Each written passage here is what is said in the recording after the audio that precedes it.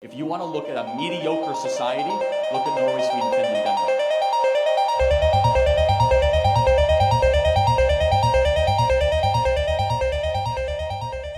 I have a friend that studied abroad in Norway last year, and she came back with this view of like how socialism really works there, and with this, and how she could get free healthcare and all that. And I was just like trying to debate her on it, and like I said that it works in Norway because it's more of a homogeneous society.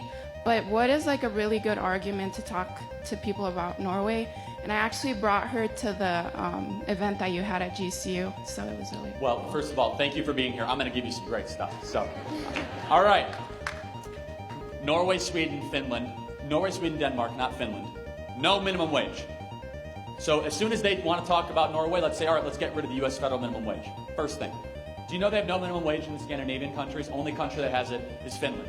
How do they negotiate wages? Voluntarily with employers. So you could pay anyone whatever you want. You could pay them 50 cents an hour or $1 an hour. The left wants to raise the minimum wage to $15 an hour.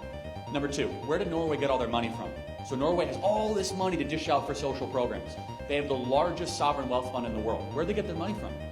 North Sea oil, nationalization of oil, nationalization of natural resources.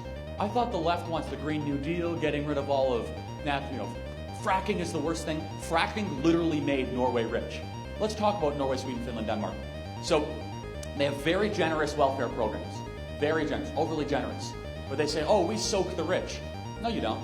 You soak the middle class and you soak the lower class. Here's what you can ask your friend. Do you want to have a 22% sales tax?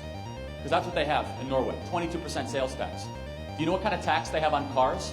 200% tax on cars. They just lowered it to 100% tax on cars, and that was considered like a big tax cut. Despite all of that, Denmark has actually said to Senator Sanders, stop calling us socialist. We're not socialists. So there's actually an argument where you can make, they have high taxes on the middle class, they have high taxes on working people, they confiscate all the oil, and then they say they hate oil, yet they have the largest sovereign wealth fund in the world. However, there's also a point to it where, according to the World Economic Freedom Index, they have more economic freedom than America does, despite all of that. They're ranked 4, 5, 6, and 8 on the World Economic Freedom Index. How's that possible? They have no minimum wage, barriers to entry, and they have far less regulation in their economy.